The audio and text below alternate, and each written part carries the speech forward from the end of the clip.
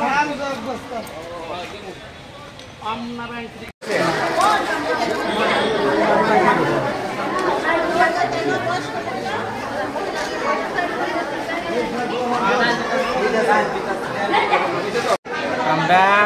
নমস্কার সবাইকে, ত্রিপুরাবাসী আর ত্রিপুরাতে গণমাধ্যমে যারা আছেন সবাইকে নমস্কার।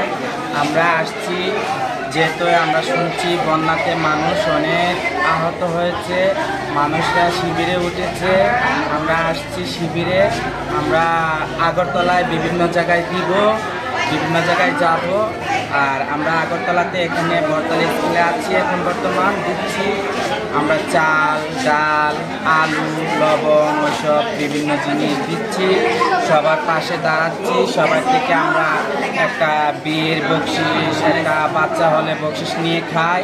যেহেতু আমাদের মনে এটা এসেছে, সবাই আমাদের জন্য অনেক কিছু করে, আমরাও সবার জন্য যাতে কিছু করতে পারি, এই পৃথিবীতে সবাই যাতে একসাথে মিলেমিশে থাকতে পারি। আমরা গার্জেনটা ইন্নার মাসি ভারতবর্ষ আমাদেরকে স্বীকৃতি দিয়েছে, আমরা ভালোই কিছু করতে চাই।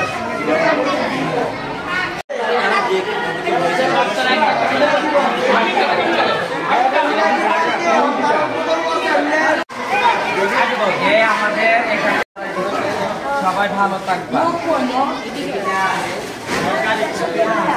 সব সময়